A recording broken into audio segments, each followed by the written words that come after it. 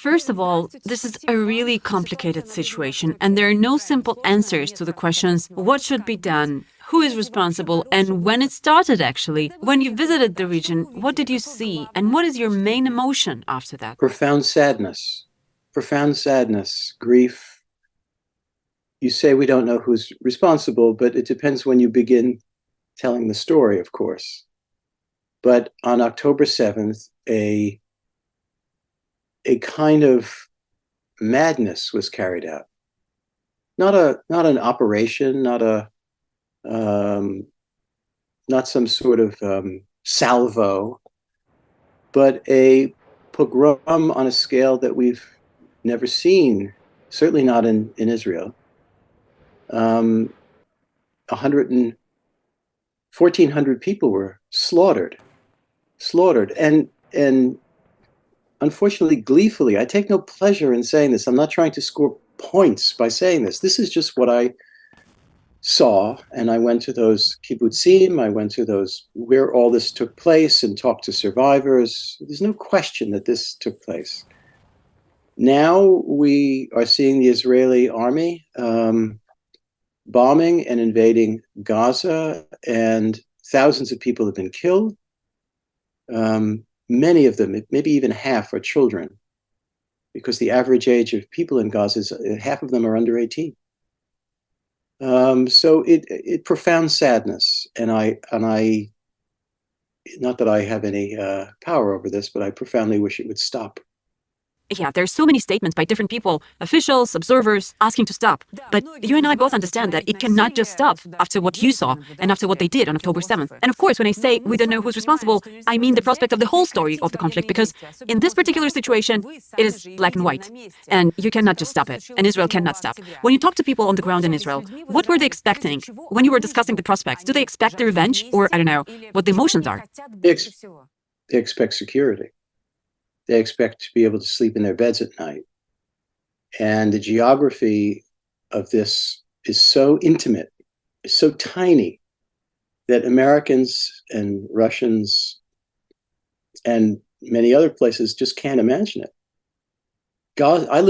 I grew up in the state of New Jersey, a very small state in the United States. That's the entire landscape of the Israeli-Palestinian question. From Jerusalem to Ramallah is, if there's no checkpoint, is 20 minutes. From Tel Aviv to Gaza is maybe an hour and 15 minutes. The villages that were pillaged, where all those murders took place, are 2 kilometers from Gaza. That's the part of the tragedy of the Israeli-Palestinian question, is too much history, too much religion, and too little land. And these are glib statements, obviously, but they're also true. And, going forward, Israelis have every right to expect security. Palestinians have every right to expect their dignity and their freedom. Right now in the West Bank, not many people are talking about this, right now in the West Bank, you have right-wing settlers encouraged by members of the government to attack and harass Palestinians. And so you hear about a second Nakba, a second catastrophe. The rhetoric of the Israeli government is a second independence war. In other words, emotions are incredibly heightened, incredibly dangerous, and I don't need to tell you that the regional implications of this, with Iran, Hezbollah, Iraq, Syria, the United States. And I'll tell you somebody who benefits by this enormously. Vladimir Vladimirovich. Putin benefits by this enormously because attention is now shifted to the Middle East. Resources have shifted to the Middle East. American politicians, some of whom were dubious about supporting Ukraine, now have an excuse. So the implications of this are local and global at the same time. But I cannot see the way out of it. Unfortunately, I mean, the world is getting more dangerous. Vladimir Putin is benefiting.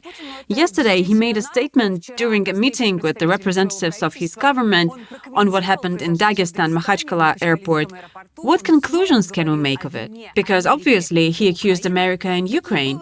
It can be just funny. It's not funny. It's just not funny.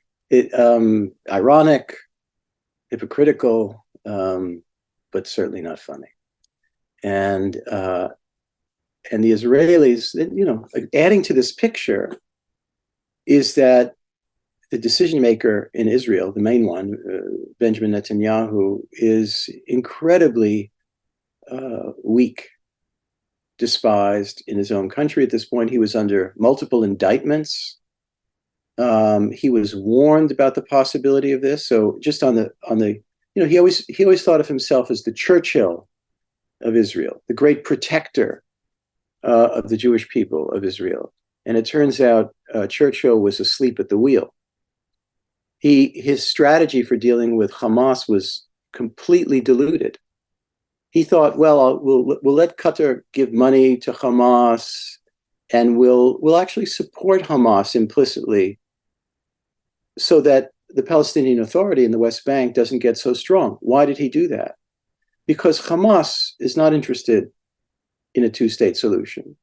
The Palestinian Authority is. They're interested in territory. And that's intolerable to Netanyahu. That's intolerable to the right wing of Israeli politics. So ironically, they empowered Hamas. They concentrated on the West Bank. There's even a politics of annexation when it comes to the West Bank. It's immensely complicated.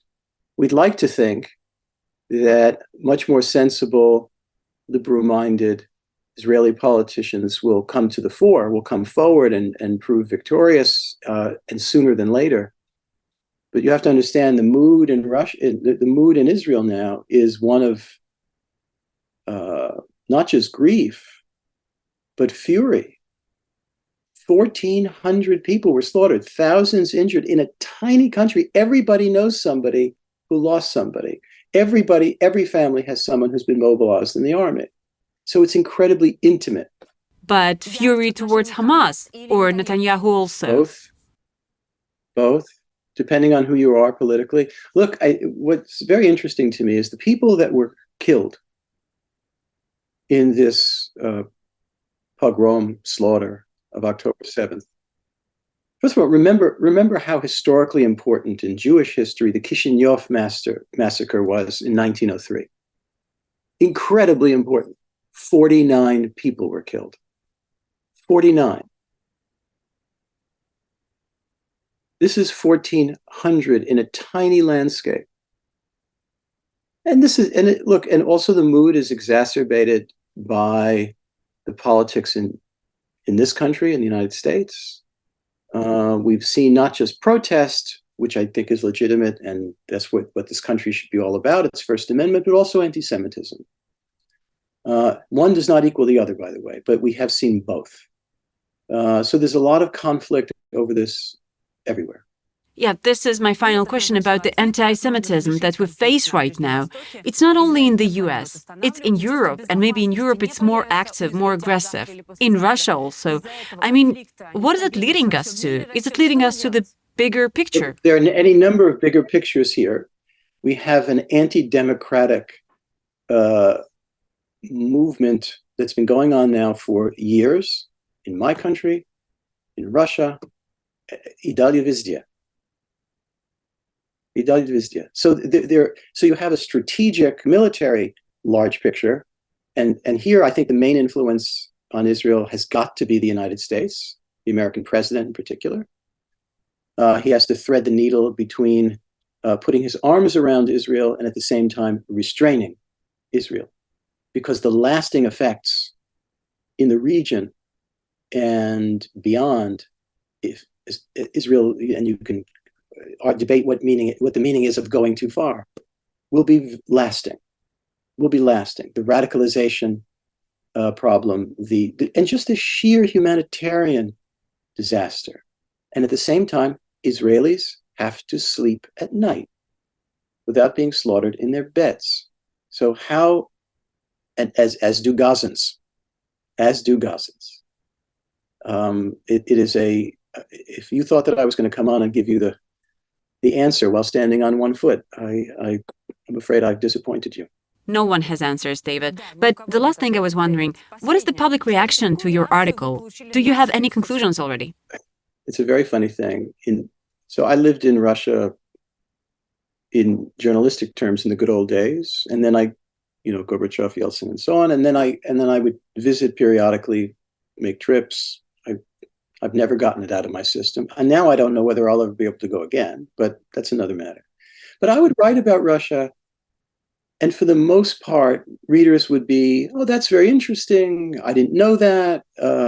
Maybe they know the name of one Russian or two Russians at any given time, right? Gorbachev and Tchaikovsky or something. People, there's not a huge population of people who are deeply immersed in the subject.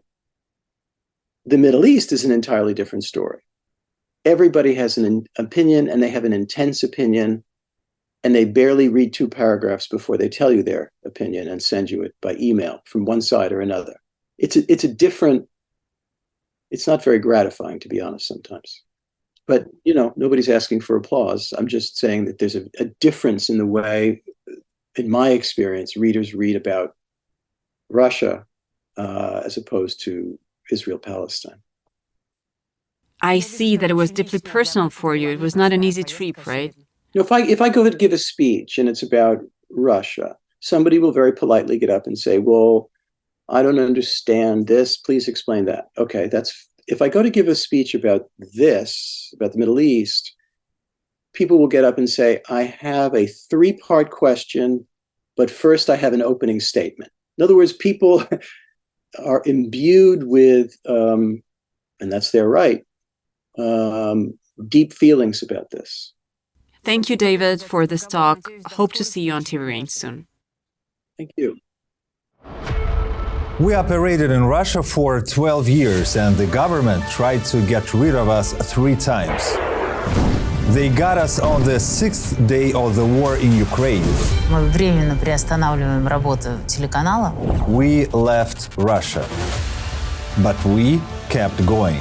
We have now decided to tell the truth about Russia, the war, and Russian society in English as well. Kherson is Putin's 3rd major defeat in a row. What is wrong with the Russian army? Stories no one else can tell you. Hear it right from the source. Subscribe to our channel.